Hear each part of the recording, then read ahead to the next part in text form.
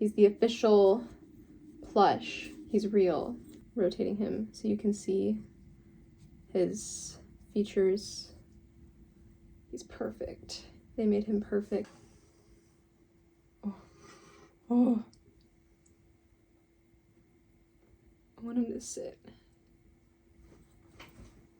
So My Little Pony Generation 5 was canceled like 2 months ago. I did watch it. If you for some reason have been watching my other videos, you've already experienced a brief glimpse into the growth of my horse collection the past few months. I will not be doing a tour. The initial success of My Little Pony in the 80s was primarily little girl driven and toy driven. You wanted to collect all of the different kinds of ponies, ones with wings, with jewel eyeballs, flocking. High-end media for My Little Pony, as any memorable franchise in the 80s had, really just did enough to like establish a context for them. They weren't terribly plot driven, I don't feel, at least not from like special to special, at least not in the way that G4 was. Overwhelmingly, the appeal of My Little Pony initially was just to have all the different kinds of ponies, or maybe even just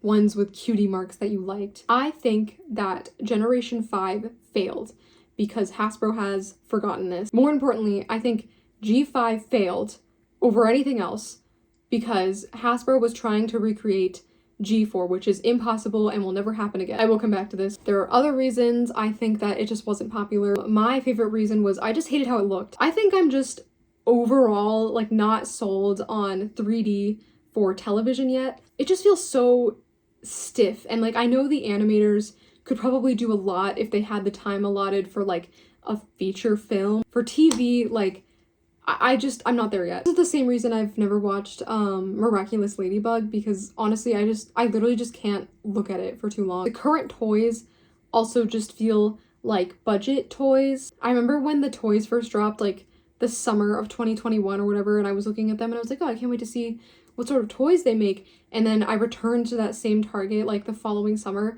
and it was the same toys, and they were on sale. Like no one was buying them. That other pony show, Wild Manes, that everyone on Equestria Daily was like flaming, that has more visibility in Target toy aisles right now than My Little Pony does. That's how bad the pony sales are going. And toy sales are like the whole reason Hasbro makes shows. This isn't to say also that the writing in G5 wasn't good. This isn't about the writing. The success of My Little Pony G4 wasn't just because the writing was good. That was part of it. It was also because of the general novelty of watching a pink pony show. Like the whole reason this blew up in the first place is because people were like, well, why are all these adult men like freaking out over ponies?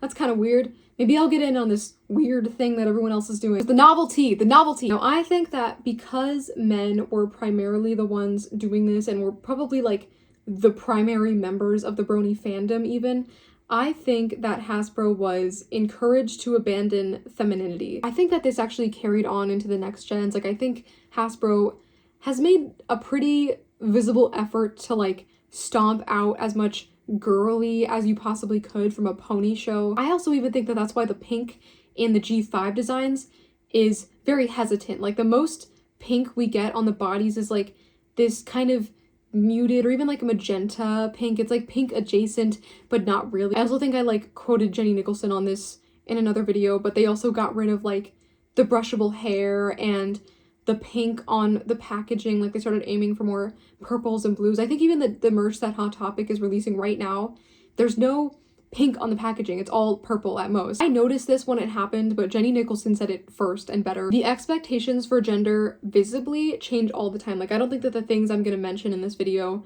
are going to be what is considered feminine for the rest of time, but at least in the current moment, the traits I'm describing are like perceived as feminine, and because of that, I think that's why these companies are axing these features. Not being girly isn't bad, but neither is being girly, and in my opinion, the only reason like the Brony fandom existed ever at all was because it was like kind of novel and funny that adult men were watching a girly pink pony show. I don't know if it's as novel now because the Bronies like were so plainly in the public eye that it kind of just paved the way. Bronies got hated on a lot purely on the basis of gender. They also got hate for like horrific things that Bronies like as individuals did, but that was deserved. Like they needed that. I think this is the same reason Barbie has fallen apart, because in the 2010s, like they started focusing on relatability, as in like not creating unrealistic expectations, but I think that they unfairly associated being feminine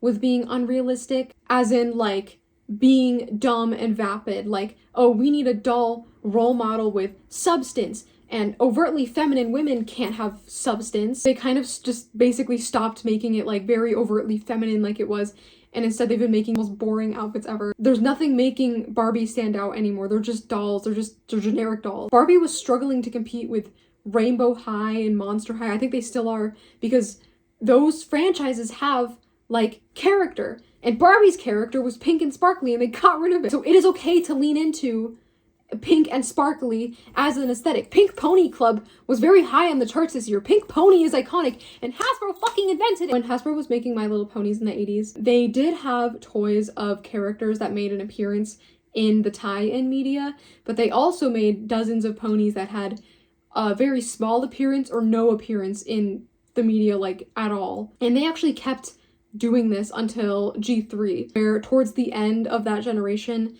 they started focusing on like the main ponies and just basically stopped making toys of like randos. The collectibility was gone, but that generation also ended shortly after that, so I don't really know how that would have panned out. The bumper generation 3.5 and 4.5, I guess, are just kind of meant to like soak up the sauce left over from the main gen. When we got to G4, we got these randos back, like with the main dolls, but also the minifigures. The minifigures were huge on this. There was a bunch of randos in there that I'd never seen before. I didn't recognize from the show as like background characters or anything. But once the Bronies showed up, they weren't terribly interested in these like random nobody ponies because they weren't their favorite pony from the show. So Hasbro just basically stopped making them. And you might say, well, but we got a lot of merch of the background characters.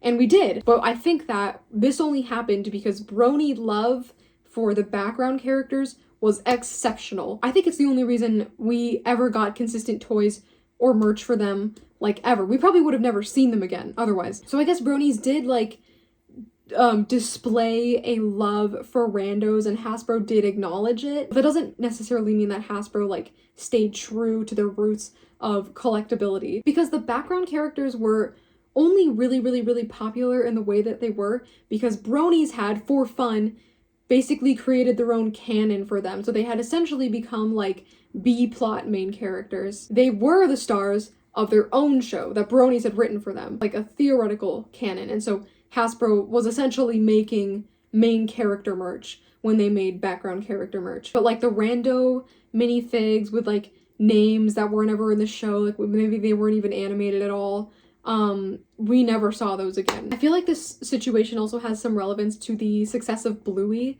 where it is a preschool show, but adults found some novelty because, oh, the writing's really good for a preschool show. And it is. In fact, it's great writing for a show in general. Bluey isn't necessarily like a toy tie-in show. Like, I think overall, over anything else, Bluey really is just a good, like, captivating show for children. Can you imagine if Bluey, like, for the sake of their adult fandom, suddenly shifted tones and became super plot driven and like made figures, like buildable figures for adults to put in glass cases that retailed for like $60. Like Bluey acknowledged an adult audience, I guess, but it didn't ignore its original audience, which was little children. My Little Pony ignored its original audience, which was little girls, and this was fine for profitability at the time because the Brony fandom was everything. It was probably an immensely bigger source of money for Hasbro. I was on the internet as a child during this era, so I'm not gonna say like I wasn't a Brony. This fandom focused model is not profitable anymore. The Bronies are gone. The people that are left are like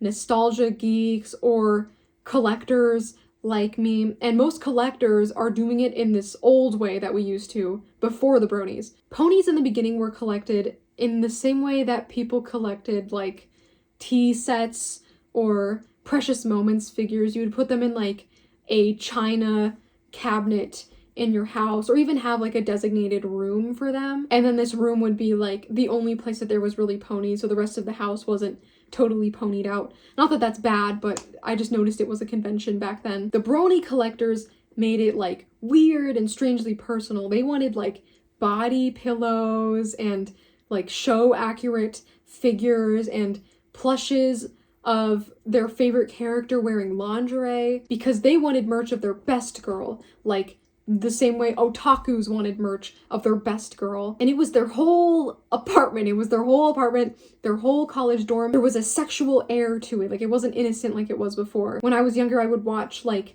collection tours, and these videos are gone now. I really can't find any. You have to take my word for it. But I would watch collection tours, and it would be some guy filming his apartment, and it was like, it was kind of pervy, I don't know. But I noticed that today a lot of the residual fans and collectors are once again doing it in this old innocent way from before. There really isn't this insane demand for main character merch anymore for G5, maybe because no one likes them. I believe there is a timeline where Hasbro could successfully make a pony show that makes us care about the characters. Like, I'm not saying that this could never happen ever, and then it can't and shouldn't be this. I just don't think it's a realistic goal. But essentially you'd have to be making an entirely different show, tone-wise, from the previous gens of My Little Pony to be successful at this, especially in today's like environment of animation. And at that point, it's like, just make a different franchise. And I love a good plot-driven cartoon, but from a profitability standpoint, that's probably not gonna work again. You can't make G4 again. It's never going to happen because you can't recreate the novelty that made it super successful in the first place. And I think My Little Pony was a successful show, like on its own, in terms of having it blow up and being this huge phenomenon. You can't recreate that. At the time, it was cool and funny that everyone was watching a little girl's show, and then it turned out to be really good. The novelty like drew bronies in, and then the good writing kept them there. And this was a new concept to do this kind of thing publicly and in such plain view of the public eye, because before you would do this like on private internet forums, like small private internet forums, and in such size as well. The bronies established this like new convention. Maybe it's not new, like for all I know that shows have been doing this forever on a smaller scale, but bronies established this new convention, let's say, where a beloved franchise would cater to their adult fans instead of the kids that they were writing for originally. Maybe that wasn't good, like, in retrospect, but at the time it was cool. It was a new concept. I can't believe that the writers of this pony show care about my opinion as an adult guy. Isn't that crazy?